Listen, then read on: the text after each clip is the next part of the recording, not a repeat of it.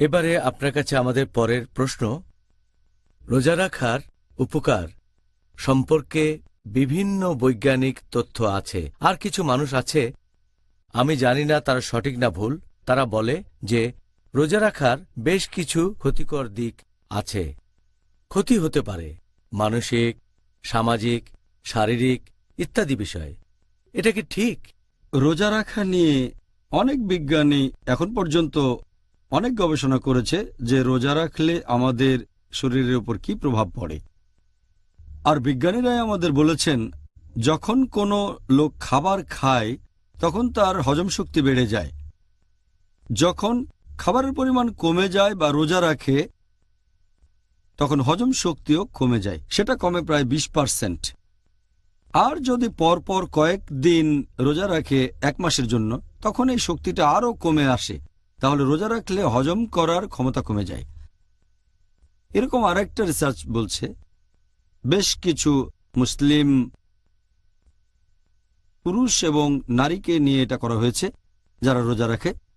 এখানে দেখা গেছে যে সবার ওজন সামান্য কিছুটা কমে গেছে, তবে গ্লুকোজের লেভেলটা বেড়ে গেছে। আর অন্যান্য সব উপাদানের কথা যদি বলতে হয়, সেগুলোর পরিবর্তন হয় না। হোক সেটা টেস্টোস্টেরন বা কর্টিক্যাল সেল, অথবা হতে পারে সোডিয়াম, পটাশিয়াম, ইউরিয়া, হতে পারে কোলেস্টেরল, অথবা এইচডিএল হাই ডেন্সিটি লাইপোপ্রোটিন, হতে পারে এলডিএল লো ডেন্সিটি লাইপোপ্রোটিন, অথবা টিজি ট্রাইগ্লিসারাইড। আমাদের শরীরে এই উপাদানগুলো একই রকম থাকে। রোজা রাখলে এগুলোর উপর কোনো প্রভাব পড়ে না, শুধুমাত্র গ্লুকোজের পরিমাণ বেড়ে যায় আর ওজন সামান্য কিছু কমে যায়। এছাড়াও ইরানে আরেকটা রিসার্চ করা হয়েছিল। কিছু লোক প্রত্যেকদিন রোজা ছিল প্রায় 17 ঘন্টা 30 দিন ধরে রমজান মাসে। দেখা গেল এতে করে পুরুষদের বংশবৃদ্ধির হরমোনে কোনো প্রভাব পড়েনি, টেস্টোস্টেরনে। এছাড়াও এইচপিটি এর উপর কোনো প্রভাব পড়েনি, থাইরয়েড হরমোনেও কোনো পরিবর্তন হয়নি।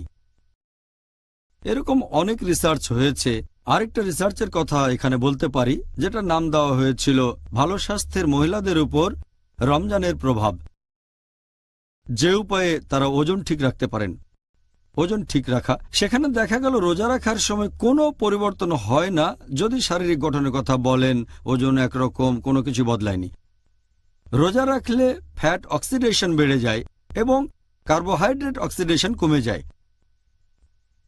আর খেয়াল রাখতে হবে যে পশ্চিমা বিশ্বের ডাক্তাররাও এরকম কথা বলেন যে আমাদের এ সময় খেয়াল রাখতে হবে বিলিরুবিন আর গ্লুকোজের অবস্থা রোজার সময়। আরও একটা রিসার্চ বলছে যে রোজা রাখলে শরীরে গ্লুকোজের পরিমাণ বেড়ে যায়, বি লিম্ফোসাইট সেলে সংবেদনশীলতা বাড়ে। তবে রিউমোরাল আর্থ্রাইটিসে বি লিম্ফোসাইটের সংবেদনশীলতা এখানে বেড়ে যায় না। রোজা রাখলে আপনার আয়ু বেড়ে যেতে পারে, হয়তো আরও বেশি দিন বেঁচে থাকতে পারেন। এ নিয়ে পশু পাখির উপরে অনেক রিসার্চ হয়েছে। আমাদের আয়ু বেড়ে যায়।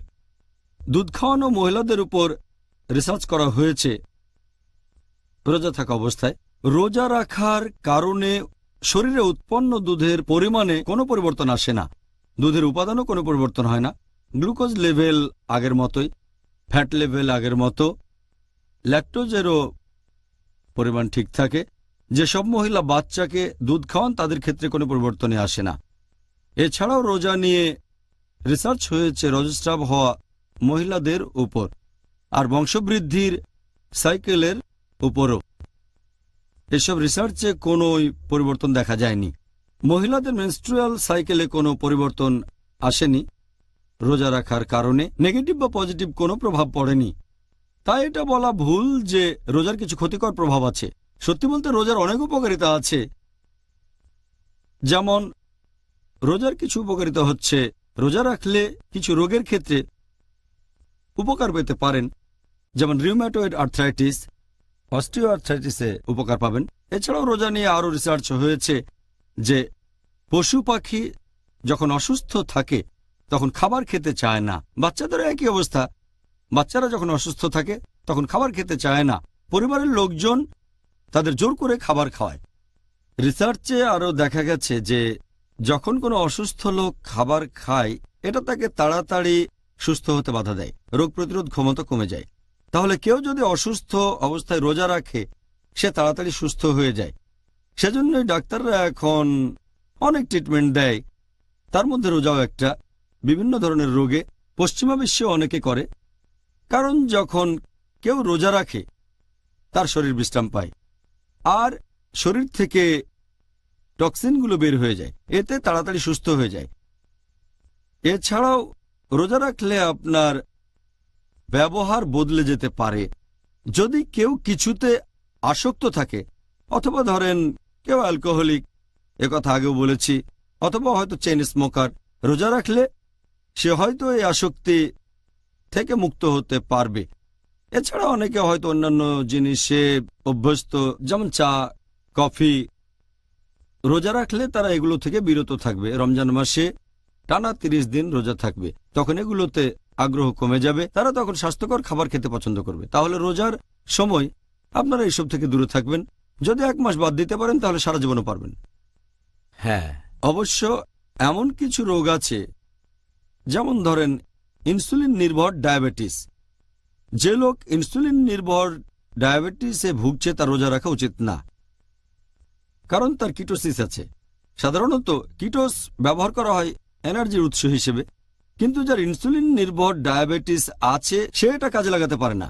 সেজন্য ইনসুলিন নির্ভর ডায়াবেটিস থাকলে রোজা রাখা উচিত না। তবে সে যদি ডাক্তারের পরামর্শে ইনসুলিন নিয়ে রোজা রাখতে পারে সেটা খুবই ভালো।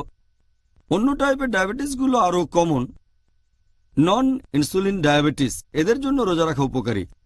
আর আমি আগেও বলেছি রোজা রাখলে অনেক রোগের উপকারিতা পাবেন, যেমন বিভিন্ন ধরনের হৃদরোগ, অ্যাজমা, আর্থ্রাইটিস, অথবা হজমে কোনো রকম গণ্ডগোল, এরপর বিভিন্ন চর্মরোগে, এরকম অনেক রোগের কথা বলা যায়। রোজা রাখলে এক্ষেত্রে উপকার পাবেন।